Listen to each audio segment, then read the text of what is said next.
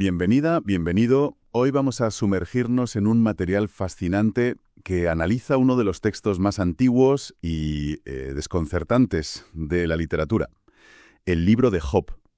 Y la pregunta que plantea es posiblemente la más difícil de todas. ¿Por qué le pasan cosas malas a la gente buena? Es que es la gran pregunta. Resuena a lo largo de toda la historia humana. Y lo que hace este comentario es abordar el libro no como una fábula abstracta, sino como el relato de una prueba real casi un caso de estudio cósmico. Totalmente. La misión que nos propone es seguir las pistas de este drama para entender la respuesta que ofrece, que ya te digo yo que es de todo menos sencilla. Para nada, no es una palmada en la espalda. De hecho, una de las primeras cosas que el material pone sobre la mesa es una pregunta que lo cambia todo. ¿Estamos hablando de una persona real? Porque la mayoría de la gente quizás asume que es una parábola. Y es una suposición lógica. Pero el análisis que tenemos delante argumenta firmemente que no lo es. Aporta varias líneas de evidencia, y una de las más potentes es cómo otros textos bíblicos se refieren a Job. Claro. Por ejemplo, el profeta Ezequiel, en el siglo VI a.C., lo nombra en la misma frase que a Noé y a Daniel. Exacto. Y nadie duda de que Daniel y Noé fueran considerados figuras históricas por el autor. Poner a un personaje de ficción en medio de ellos sería muy raro. Sería como si un historiador dijera, los grandes líderes fueron Churchill, el rey Arturo y Roosevelt. Uno de ellos desentona. Totalmente. El texto argumenta que Ezequiel los presenta como 3 ejemplos de justicia real en la historia. Y no es el único. No, en el Nuevo Testamento la carta de Santiago lo menciona también. Lo pone como el máximo ejemplo de paciencia y perseverancia. Y como señala nuestro material, ese ejemplo pierde toda su fuerza si Job no fue más que una invención. Claro, es como decir, ten la paciencia de Superman. No tiene el mismo peso. Y un último detalle que el comentario subraya es la especificidad del texto. Menciona lugares, nombres, no tiene la vaguedad de una fábula. Dicho esto, lo que me parece más impactante es el retrato que se hace de él antes de la tragedia. Se le describe con una palabra: perfecto. Pero, a ver, ¿qué significa eso realmente? Es que es una palabra que carga mucho peso, suena impecable, pero el comentario nos da un matiz crucial. En el hebreo original no significa sin pecado, porque la teología del texto asume que eso es imposible. Significa íntegro, completo, cabal. Una persona de una sola pieza. Eso es, coherente en su fe, sus negocios, su familia. Y vaya si tenía negocios. La descripción de su riqueza es apabullante. No dice simplemente era rico. Da un inventario: 7,000 ovejas, 3,000 camellos. El comentario se detiene en los camellos, llamándolos los barcos del desierto. Es que me hizo pensar en lo que eso significaba. No es solo un animal, es la base de toda una red comercial. Es el equivalente a tener una flota de camiones de mercancías hoy en día. Y no solo eso, el detalle de las 500 yuntas de bueyes es súper revelador. Muchísimo. Implica que no era solo un patriarca nómada que vivía de sus rebaños, como Abraham. Estaba arando y cultivando miles de hectáreas. Era un magnate agrícola y logístico, un hombre de una talla inmensa en su mundo. Y esa integridad se veía también en su vida familiar. El material describe una costumbre que me pareció muy tierna y a la vez muy reveladora de su carácter. La de los cumpleaños. Sí, celebraban los de sus 10 hijos y al final del ciclo de fiestas, Job ofrecía sacrificios. Y el motivo es lo que define su piedad. Lo hacía por si acaso sus hijos hubieran maldecido a Dios en sus corazones. No tenía pruebas, pero cubría esa posibilidad. Quería mantener a su familia pura ante Dios. Y aquí el comentario destaca una curiosidad lingüística que es increíble. Sí, esto me pareció alucinante. La palabra hebrea para maldecir, que se usa aquí, es la misma raíz que para bendecir. Suena contradictorio, ¿verdad? Pero la raíz común es la idea de arrodillarse. Es el mismo gesto físico. Puedes arrodillarte en adoración para bendecir o puedes, como acto perverso, arrodillarte ante otra cosa, lo que sería una maldición. O sea que Job está cubriendo todos los ángulos de esa reverencia. Es una piedad meticulosa. Exacto. Así que tenemos a este hombre, íntegro, inmensamente próspero, piadoso, la vida perfecta. Y es justo ahí cuando la fuente que analizamos nos dice que la cámara se aleja de la Tierra y sube a una escala cósmica. Sí, La escena cambia por completo. Estamos en una especie de corte celestial. Se presentan los hijos de Dios, que el comentario identifica como ángeles, para rendir cuentas ante Jehová. Y entre ellos aparece alguien más. Satanás.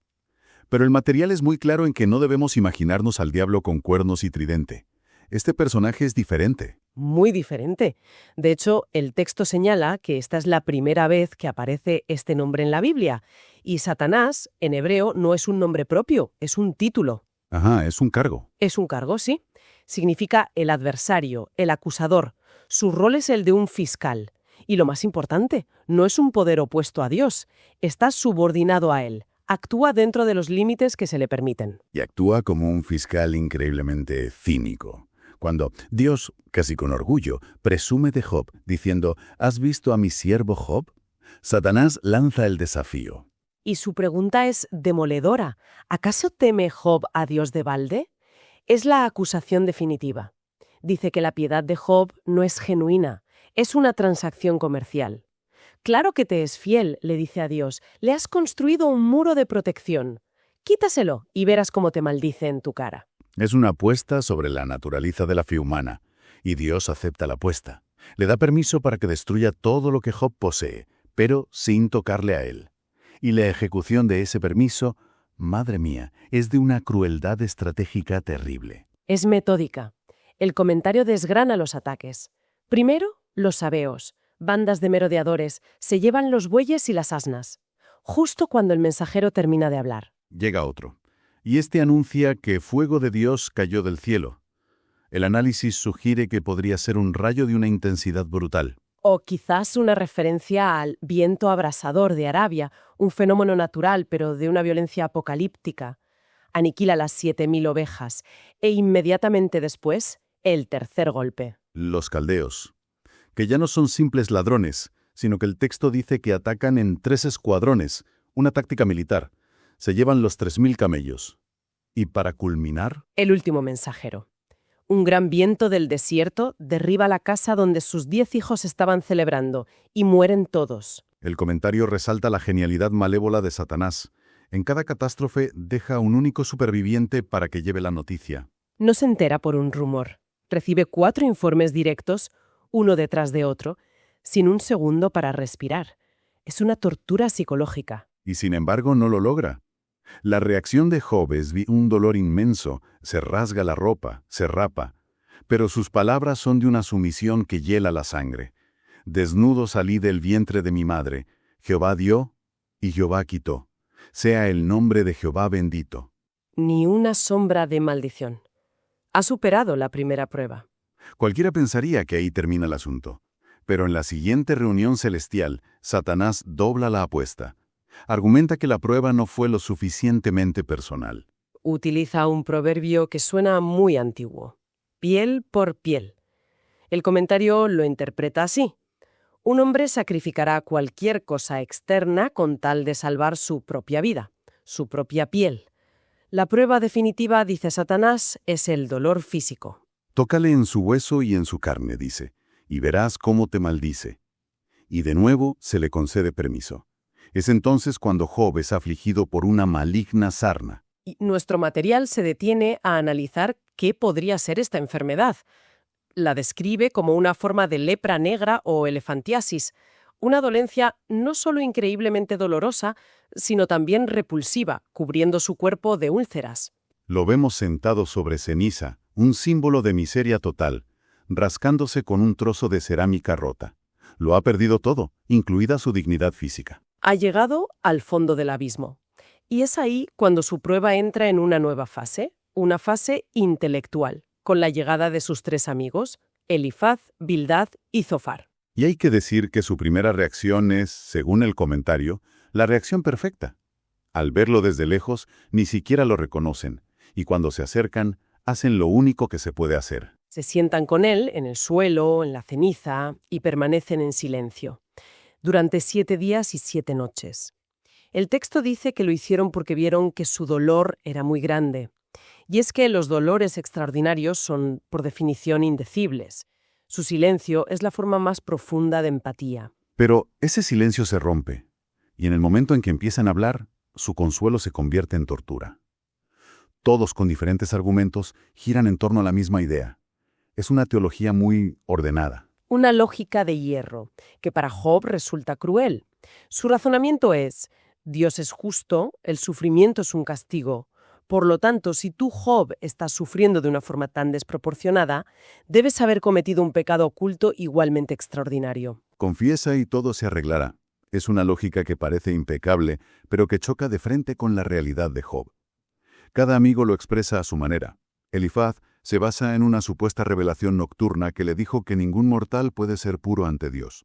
Su mensaje es: Job, el sufrimiento es la medicina de Dios, acéptala y confiesa. Bildad es mucho más duro.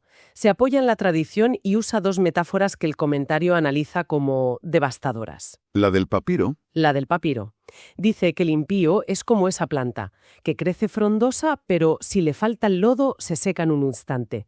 Le está diciendo que su prosperidad era una ilusión. Y la segunda metáfora es aún peor. Dice que la confianza del impío es como una tela de araña. Parece una obra de ingeniería, pero es increíblemente frágil.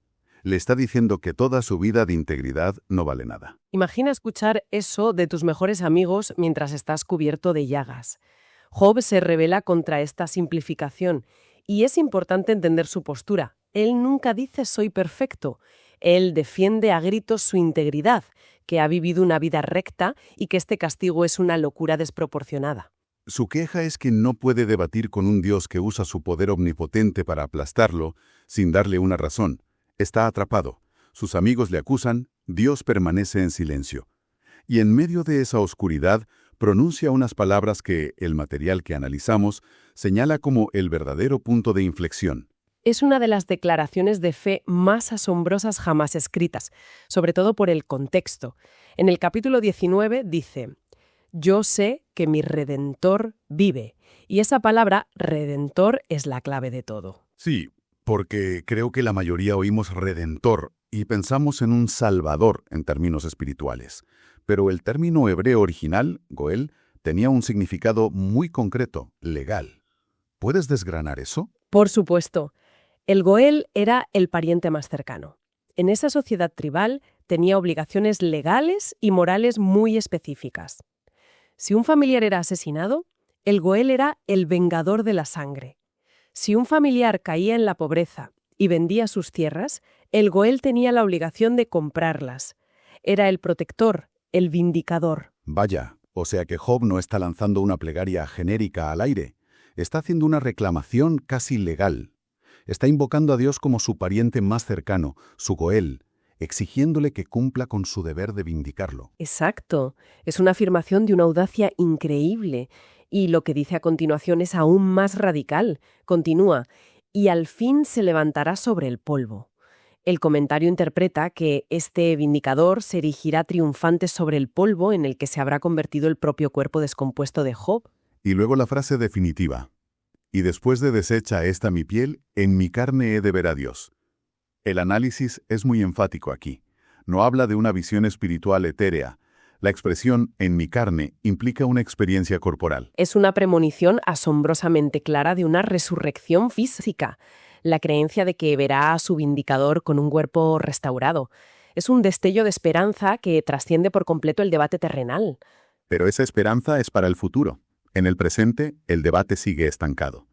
Y justo cuando parece que ya no hay nada más que decir, el libro introduce un personaje nuevo. Eliú se nos presenta como alguien mucho más joven y por eso no se había atrevido a hablar.